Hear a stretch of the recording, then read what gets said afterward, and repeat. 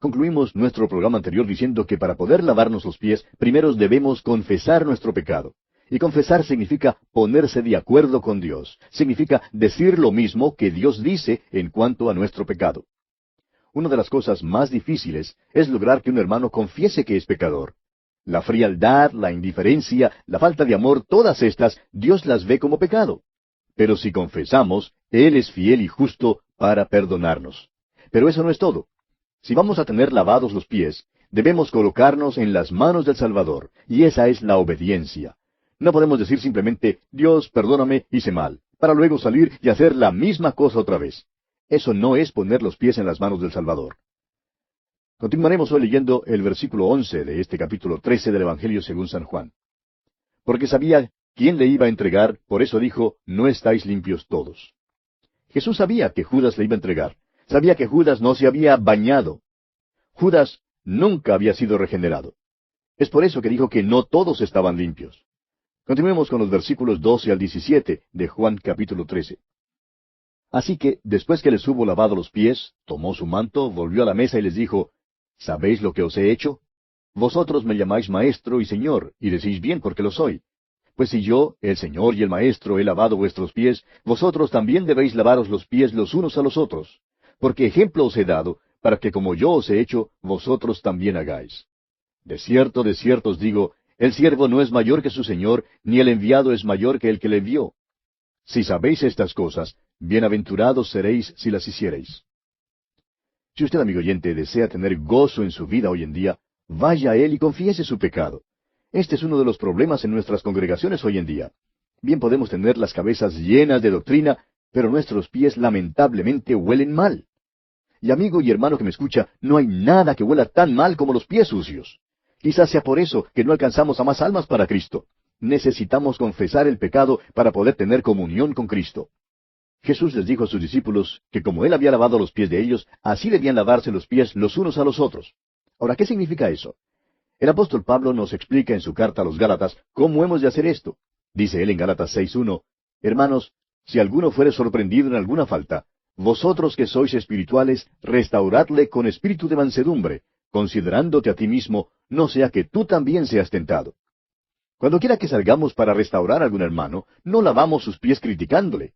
Hoy en día necesitamos lavarnos más los pies en la iglesia. ¿Sabe usted que en la iglesia tenemos toda clase de personas que tienen alguna habilidad? Tenemos muy buenos predicadores y la música es hermosa. Sin embargo, no hay avivamiento. Es que necesitamos lavarnos los pies, amigo oyente. Tenemos que ser limpiados. Antes de poder lavarle los pies a otro hermano, amigo oyente, necesitamos primero que el Señor de gloria nos lave a nosotros los pies. Debemos llegar a Él cada vez que nos ensuciamos para ser limpiados por Él. El salmista dice allá en el Salmo 139, versículos 23 y 24, Examíname, oh Dios, y conoce mi corazón. Pruébame y conoce mis pensamientos, y ve si hay en mí camino de perversidad, y guíame en el camino eterno. No hay ni siquiera uno de nosotros que no ande ni un día sin cometer algún pecado.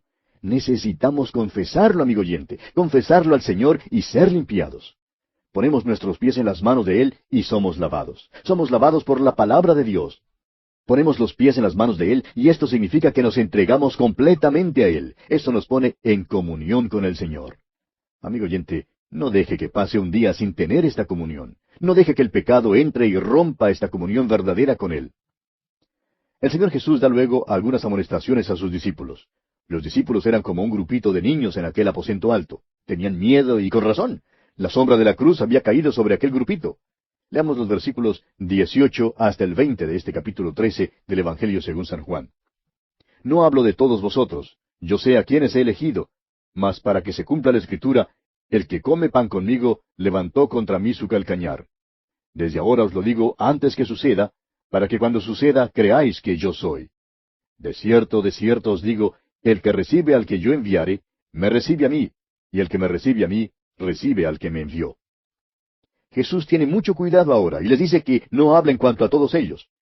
Él acaba de decirles que serán bienaventurados si hacen estas cosas, pero añade que hay un hombre entre ellos que no las puede hacer. ¿Y sabe por qué no? Simplemente porque no ha creído. Jesús ya les ha dicho que todos estaban limpios. Jesús les había dicho, vosotros me llamáis maestro y señor. Ahora, un amo es un maestro y debe ser creído. Un señor, por su parte, debe ser obedecido. La fe y la obediencia tienen que ir juntas, amigo oyente. La fe salvadora y viva conduce a la obediencia. Judas no tenía esta fe. Jesús cita del Salmo 41:9 cuando dice, «El que mi pan comía, alzó contra mí el calcañar». Y está refiriéndose a Judas. Ahora, no es cuestión de si este hombre está perdiendo su vida espiritual. Es más bien una revelación de que él nunca ha tenido una vida espiritual. No es una oveja que se ha ensuciado. Es como dice la Escritura, una puerca que ha vuelto a revolcarse en el cieno, o un perro que ha vuelto a su vómito. Esa es la descripción de Judas Iscariote. Sin embargo, él estuvo allí en el aposento alto y Jesús también lavó los pies de él. Recibió el lavamiento por la palabra de Dios, pero lo rechazó totalmente. Vamos a repasar esto de nuevo para ver si lo aclaramos un poco más.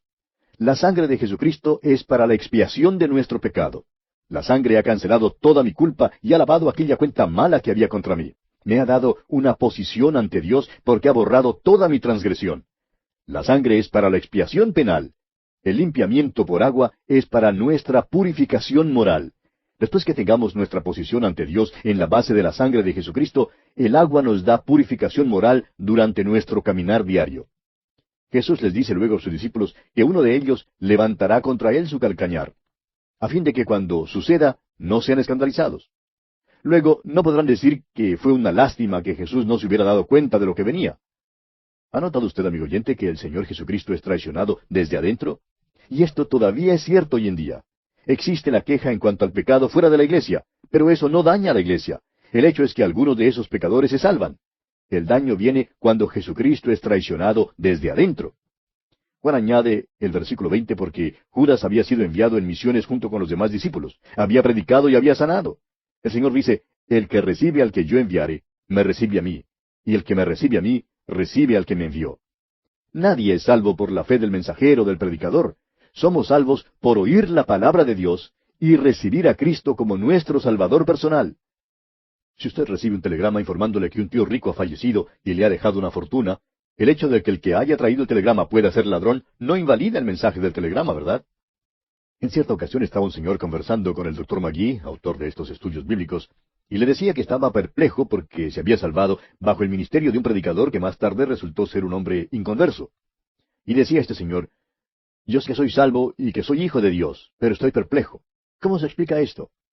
El Dr. McGee le hizo notar a este señor este mismo texto y le dijo que aún Judas había salido y había convertido a algunos, pero realmente no porque era Judas, sino porque había dado el mensaje. Y Dios bendecirá su palabra. Amigo oyente, somos salvos oyendo la palabra de Dios. Continuamos ahora con los versículos 21 al 25 de este capítulo 13 de San Juan. Habiendo dicho Jesús esto, se conmovió en espíritu y declaró y dijo, de cierto os digo, que uno de vosotros me va a entregar. Entonces los discípulos se miraban unos a otros, dudando de quién hablaba. Y uno de sus discípulos, al cual Jesús amaba, estaba recostado al lado de Jesús. A este, pues, hizo señas Simón Pedro para que preguntase quién era aquel de quien hablaba. Él entonces, recostado cerca del pecho de Jesús, le dijo, Señor, ¿quién es? Si usted, amigo oyente, cree que Jesús no se conmovió a causa de que Judas le iba a entregar, pues está equivocado. Porque Jesús se conmovió en espíritu. Los discípulos se quedaron estupefactos. Usted puede imaginarse de la onda de choque que pasó por aquel aposento alto. Judas había sido tan vivo que ni una persona allí creía que él era quien iba a entregar a Jesús. Cada uno creía que pudiera ser el otro, pero también cada uno creía que pudiera ser él mismo. Cada discípulo sabía que era capaz de hacer lo mismo. Dudamos de que la pequeña diversión entre Juan y Pedro fue observada por los demás. Debe haber habido confusión en el cuarto.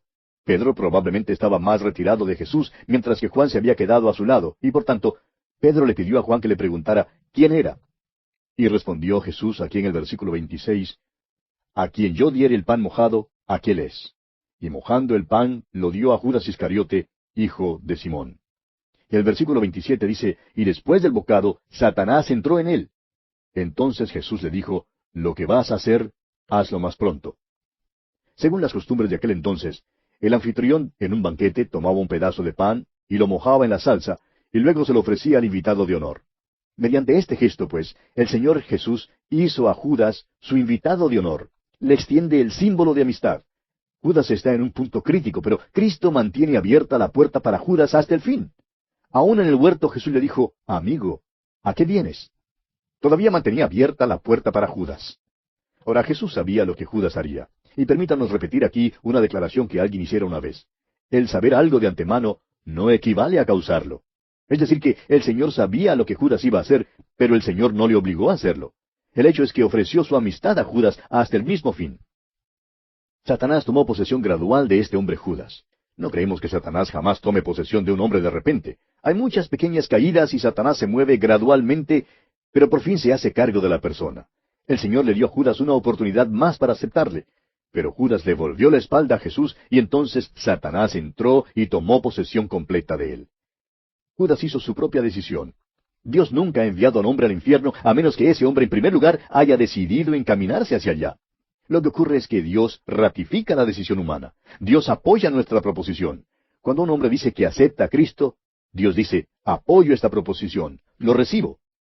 Cuando un hombre dice que rechaza a Cristo, así como Judas lo hizo aquí, Dios dice, yo apoyo aquella proposición.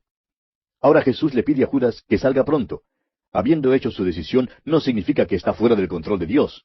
El hecho es que, habiendo hecho su decisión, ahora es obligado a colaborar con Dios en su gran plan.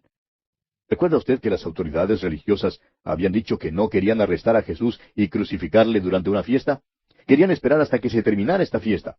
Pero nuestro Señor le dice a Judas que se vaya y que haga lo que va a hacer lo más pronto posible.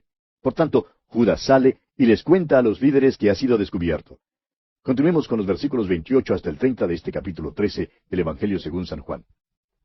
Pero ninguno de los que estaban a la mesa entendió por qué le dijo esto, porque algunos pensaban, puesto que Judas tenía la bolsa, que Jesús le decía, compra lo que necesitamos para la fiesta, o que diese algo a los pobres. Cuando él, pues, hubo tomado el bocado, luego salió, y era ya de noche. Ninguno en la mesa ni aún sospechó que Judas era el traidor. Note usted que nuestro Señor no mendigaba. Tenían una bolsa con sus recursos financieros y se conducían de una manera práctica.